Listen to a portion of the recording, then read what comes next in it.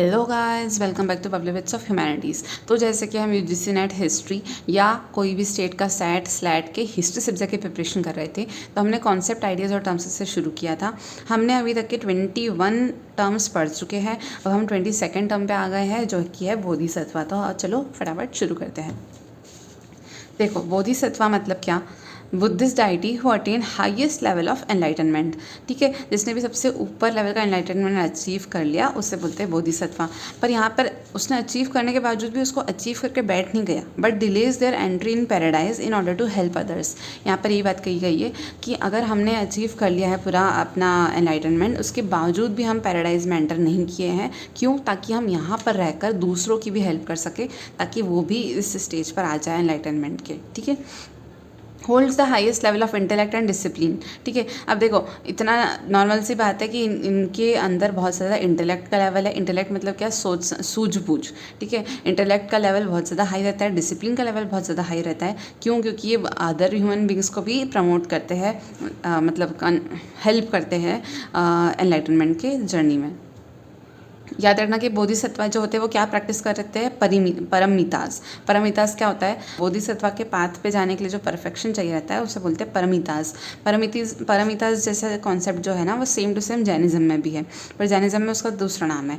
Jainism में क्या नाम है? पंच परमेष्ठी।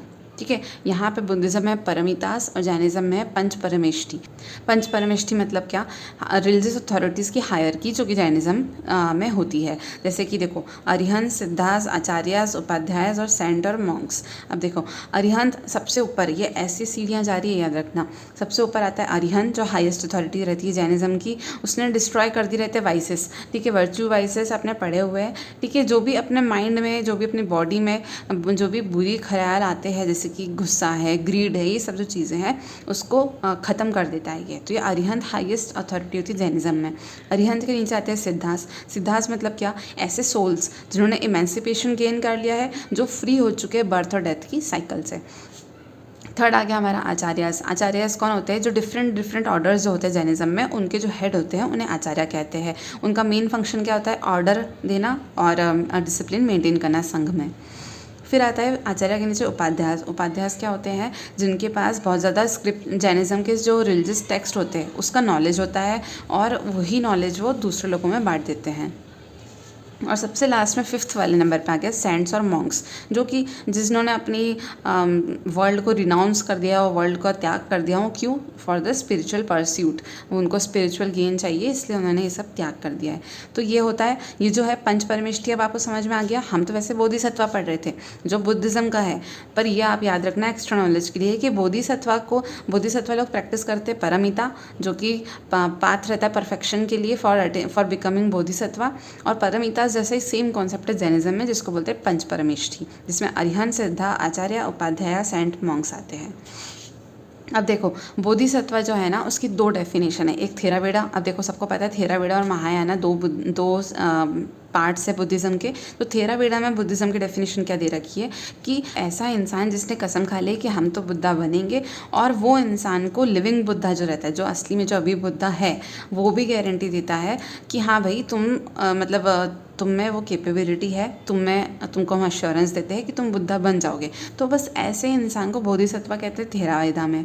पर महायाना में क्या कहा गया है कि सभी में इन बुद्धा जैसे तो जो क्या बोलते हैं, नेचर है, बुद्धा का जो नेचर है, इनहेरेंट होता है, वो सब पैदा ही वैसे होते हैं, इसलिए कोई भी बुद्धा बन सकता है। तो इसका क्या मतलब हुआ कि बोधिसत्व का जो पाथ है वो थेरावेदा में क्या बोला है कि जो हीरोइक, जो फ्यू लोग होते हैं ना, वो ही बन सकते हैं बोधिसत्व।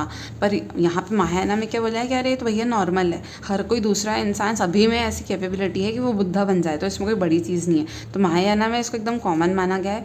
और थेरावेदा में क्या कहा गया है कि ये बहुत ही कुछ ही चंद लोग जो है वो ही बोधिसत्व बन सकते हैं। अब देखो, लिविंग बीइंग को सत्वा बोलते हैं, और बोधि तो आपको पता ही है कि स्टेट ऑफ एनलाइटनमेंट है। तो ये हो तो क्या Bodhisattva? When living being develops state of enlightenment, that person exhibits 4 Buddhist virtues. अब देखो, ये जो बोधिसत्व बन जाता है, ऐसा इंसान जिसको एनलाइटनमेंट मिल चुका है, तो वो 4 ऐसी वर्च्यूज होते हैं वो एग्जिबिट करता है, वो निकालता है। वो क्या होते हैं? ब्रह्म विहारास। ब्रह्म विहारास कौन कौन से हैं? 4 है, और उसको याद रखना। करुणा, मुदिता, उपेक्षा और मैत्री। अब इन सब के मीनिंग क्या है? करुणा मतलब कंपैशन होता है, मुदिता मतलब एम्पैथेटिक जॉय, ठीक है, एम्पैथी आपको पता है, सिंपैथी एम्पैथी, तो एम्पैथेटिक जॉय मुदिता। उपेक्षा मतलब क्या? इक्वैनिमिटी, और मैत्री मतलब लविंग और काइंडनेस वाली जो फीलिंग होती है वो। तो जब बोधिसत्व बन जाता है, मतलब एक इंसान बोधिसत्व की उपाधि ले लेता है, तो उसमें ब्रह्म विहारास, ये 4 चीज़ें उसके अंदर से झलकती है, करुणा, मुदिता, उपेक्षा, मैत्री।